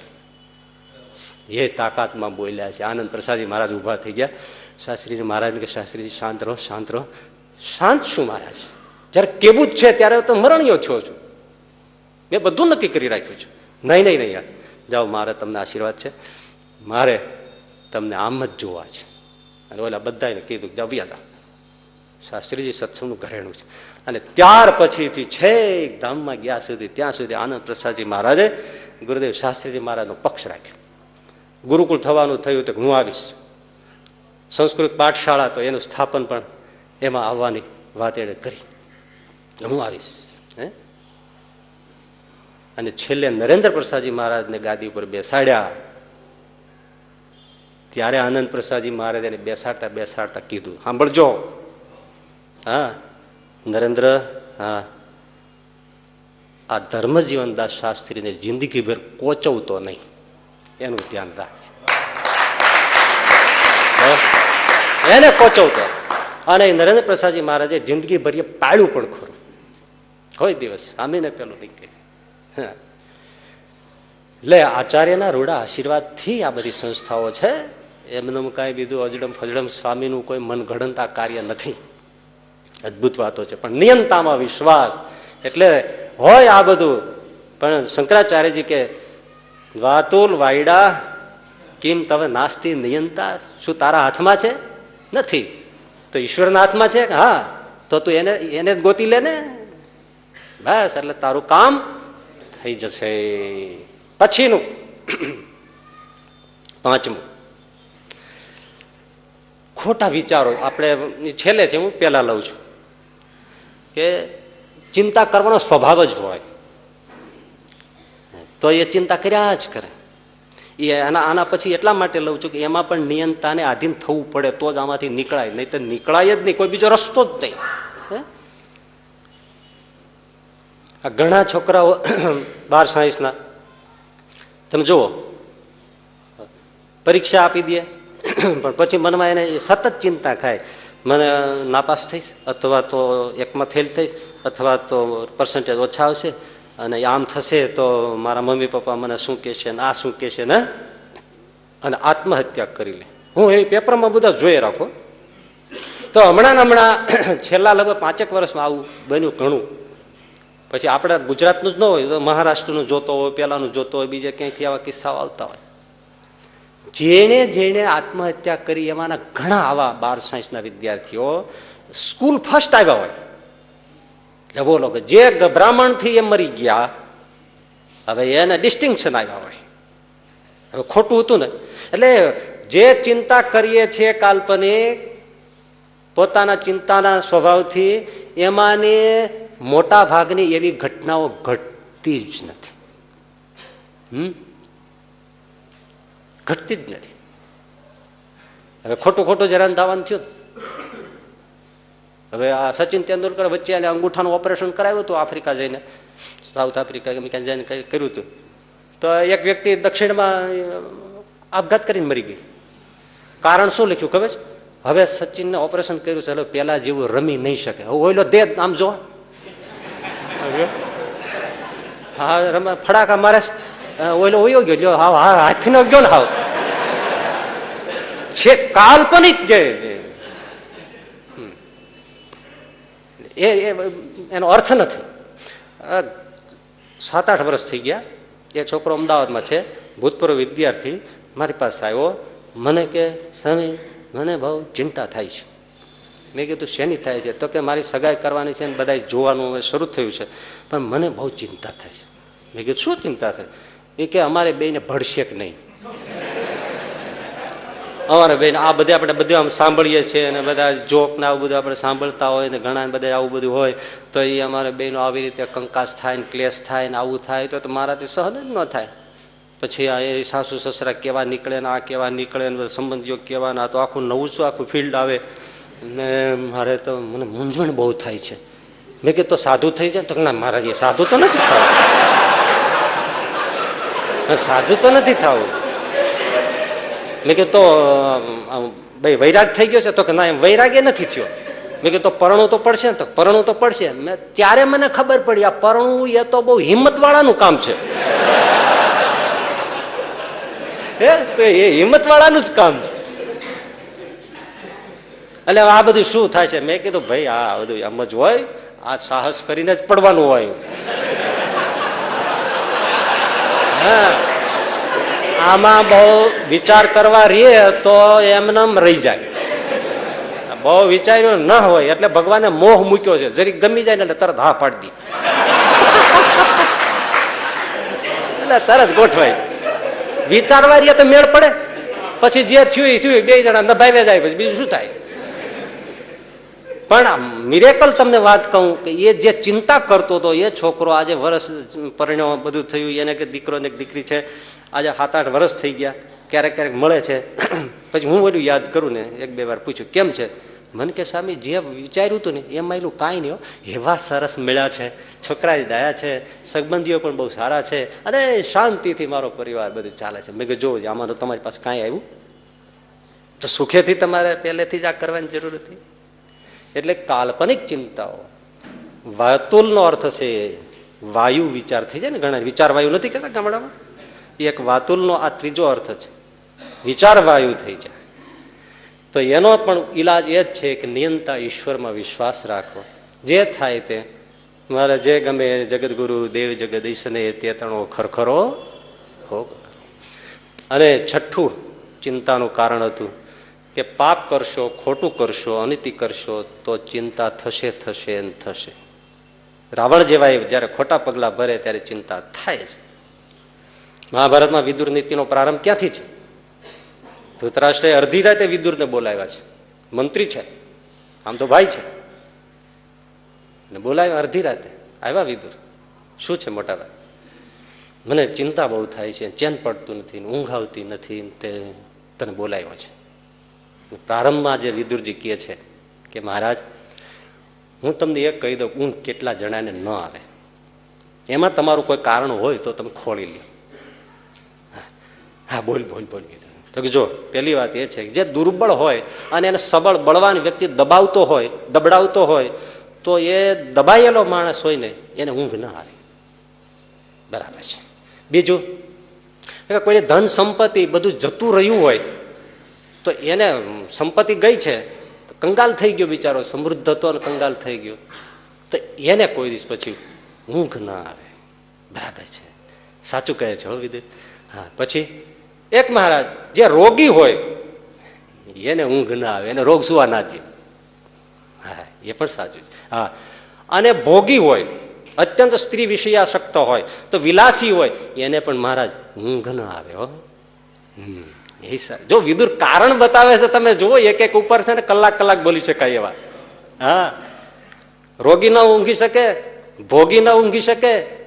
અને પછી એમણે એક કહ્યું કે મહારાજ ચોર પણ ન ઊંઘે. હો ચોર નહીં ઊંઘ ના આવે. હા મહારાજ. પછી કહ્યું યોગીને પણ ઊંઘ ના આવે. એ પરબ્રહ્મની આરાધનામાં બેઠો હોય, એને ઊંઘ પ્યારી ના લાગે, એ તો એક ઝપકું આવી જાય તો ચૈતન્ય ઉઠીને રડવા માંડે, હાય રે હાય, હું ઊંઘને પ્યાર કરું છું. એને ઊંઘ ના હોય. અને મહારાજ છેલ્લું સાંભળી લ્યો, જો આપણે કોઈનું અનિતિનું પડાવી લીધું હોય, દબાવી દીધું હોય તો એને ઊંઘ ના આવે. હા, એ જ દબાવીને બેઠા હતા. આને જવાબ જડ્યો. એ અંધ હતા, ધૃતરાષ્ટ્ર ચૂપ થઈ ગયા ઘડી વાર, પણ પછી વિદુરને પોતાની નીતિ જણાવી છે. એ ગ્રંથ વિદુર નીતિ કહેવાયો છે. ખોટું કરશે કોઈ પણ એને ઊંઘ આવશે નહીં, એને ચિંતા થશે ને થશે. માટે ખોટું કરવું નહીં. ઋતમ વદિષ્યામી, સત્યમ વદિષ્યામી, ધર્મમ ચર. આ જીવનમાં રાખો. એટલે તો શિક્ષાપત્રી છે.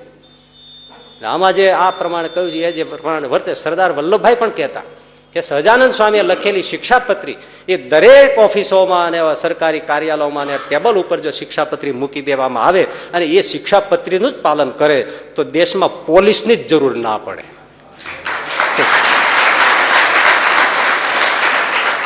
વાત સાચી, સારી છે, એવું છે. એટલે ખોટું કરશે એને જરૂર ને જરૂર ચિંતા થશે. અને હવે છેલ્લું કારણ છે એ છે, સાતમું કારણ હતું ને, ચિંતા શામાંથી થાય છે? દુઃખ જીવનમાં આવે તો ખરેખર દુઃખ આવે ત્યારે ચિંતા થાય. આપણે આગળ પહેલા પ્રારંભમાં દ્રષ્ટાંત આપ્યું કે છોકરો બીમાર હોય, 1.5 લાખનું ઓપરેશનનો ખર્ચ કરવાનો હોય, પૈસાની સગવડતા ના હોય, ગરીબ હોય તો એને ચિંતા થાય. એ વાસ્તવિક છે. પણ એનો ઈલાજ શું એ હવે આજે નહીં, આવતા શુક્રવારે લઈશું. સહજાનંદ સ્વામી મહારાજ.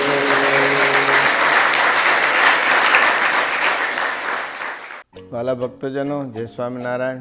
ભજન, કથા વાર્તા, સત્સંગ આપણા જીવનનું અંગ છે. આપ સર્વે ગુરુકુલ પરિવારના યુટ્યુબ, ફેસબુક વગેરે માધ્યમોથી નિત્ય અમારી સાથે જોડાયેલા રહો છો.